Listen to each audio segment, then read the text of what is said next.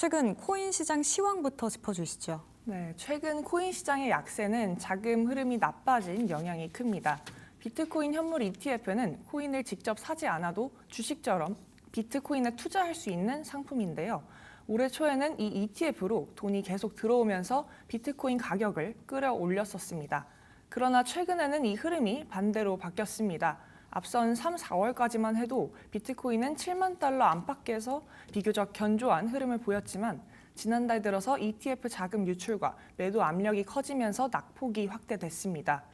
최근에는 6만 달러 초반까지 밀리면서 투자 심리도 빠르게 위축된 모습입니다. 최근의 하락 배경을 살펴보자면 미국의 금리 이야기도 빼놓을 수가 없을 것 같습니다. 주식이나 부동산도 금리의 영향을 받기는 하지만요. 코인 시장은 특히나 더 민감하게 반응을 하는 모습인데요. 그래서 미국의 중앙은행이 금리를 더 올릴 수 있다는 신호를 보내자마자 코인 시장도 바로 흔들렸습니다.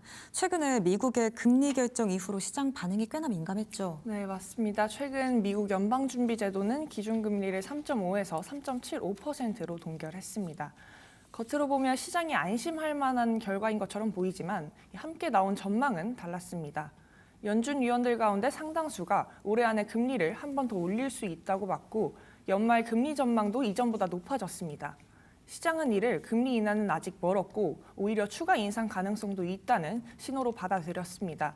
또 코인의 경우 대표적인 위험 자산이다 보니 금리가 높으면 예금이나 채권처럼 비교적 안전한 자산의 매력이 커지고 빚을 내서 투자하는 레버리지 거래도 줄어듭니다.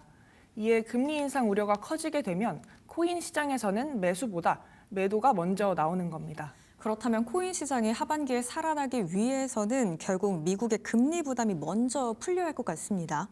다만 반등이 오더라도 예전처럼 모든 코인이 동반해서 함께 오르기보다는 종목별 차별화가 더 뚜렷해질 수 있겠다는 이야기도 전해지던데요. 지금은 예전처럼 코인 시장 전체가 같이 움직이기보다는 그래서 어떤 코인이 살아날 건데를 따져보는 분위기라고요. 네, 그렇습니다. 실제 시장 분위기도 많이 바뀌었습니다. 현재는 어떤 코인이 실제 서비스나 결제에도 쓰이는지, 규제 위험은 없는지, 기관 투자자 자금이 들어올 수 있는지 등을 보고 선별적으로 투자를 하는 분위기입니다. 그래서 반등이 오더라도 모든 코인이 한꺼번에 오르기는 쉽지 않습니다. 비트코인은 기관 자금이 가장 많이 들어오는 대표 자산인 만큼 먼저 회복할 가능성이 크고 알트코인은 그중에서도 활용도가 있거나 경쟁력이 입증된 코인 중심으로 움직일 가능성이 큽니다. 결국 올해 하반기에는 코인 시장 전체가 오르느냐라기보다는 어떤 코인이 선택받느냐가 더 중요한 포인트가 될 것으로 전망되고 있습니다. 금리만큼 또 자주 이야기가 나오는 게 미국의 가상자산 규제 법안, 그러니까 클래리티법 되겠습니다. 코인을 상품과 증권으로 나눠서 감독기관을 명확하게 나눠주는 법으로 알려져 있는데요. 이렇게 분류만 명확해져도 시장에서는 보통 호재로서 받아들이게 되잖아요.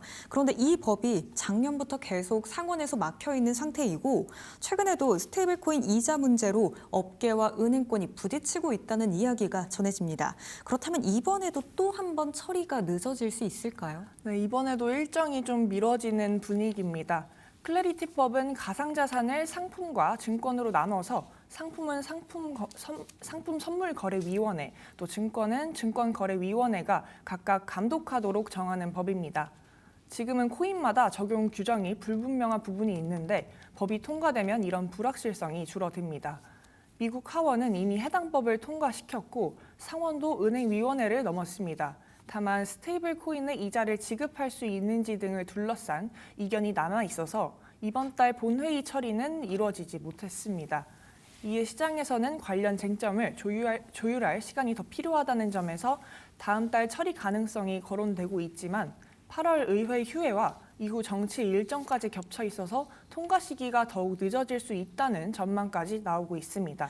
금리도 법안도 당장 코인 시장에는 부담스러운 요인들이 산적해 있는데요. 그래도 국내에서는 원화 스테이블코인 제도화를 위한 준비가 진행이 되고 있다고 들었습니다. 이건 지금의 약세와는 별개로 조금 더 장기적인 움직임으로 봐야 될까요? 네, 맞습니다. 최근 금융결제원이 스테이블코인 발행사의 준비자산을 검증하는 시스템 특허를 출원했습니다. 스테이블코인은 이 달러 같은 안전자산의 가격을 고정한 코인인데요. 발행한 만큼 실제로 현금이나 국채를 갖고 있는지를 제3의 기관이 확인하는 체계를 만들겠다는 겁니다. 미국은 지니어스법, 유럽은 미카라는 이름으로 비슷한 스테이블 코인 규제를 이미 만들어 놨고 국내에서도 원화 스테이블 코인 논의가 진행이 되면서 이런 검증 체계가 핵심 과제로 떠올랐습니다. 과거 세계 최대 스테이블 코인이었던 테더가 준비자산 문제로 논란을 겪었던 적이 있어서 독립적인 검증의 필요성은 꾸준히 제기가 되고 있습니다. 결국 코인 시장이 단기적으로는 흔들리고 있어도 제도권에서는 이런 인프라 마련에 속도를 내는 모습입니다. 네, 정리해보자면 결국 하반기에 코인 시장은 미국 금리가 실제로 꺾이는지 그리고 클래리티법이 예정대로 통과가 되는지에 따라서 달라질 것 같은데요. 그렇다면 시장 분위기가 바뀔 수 있는 1차적인 분수령 언제쯤으로 봐야 될까요? 시장에서는 일단 다음 달을 1차 분수령으로 보고 있습니다. 미국의 물가와 고용 지표가 7월 들어 안정이 되면 연준도 추가 인상에 더 신중해질 수가 있습니다. 같은 달 4일까지 처리가 목표로 거론되는 클래리티법도 변수인데 예정대로 통과가 되면 투자 심리가 살아날 수 있지만 또 늦어지면 불확실성이 더 길어질 수 있습니다. 다만 크립토 분석가 케빈 캐피털은 이번 하락 사이클의 바닥이 7월에서 10월 사이에 나올 것으로 보고 있기 때문에 당장의 반등을 기대하기보다는 시간을 좀 더 두고 지켜봐야 한다는 시각이 많은 상황입니다.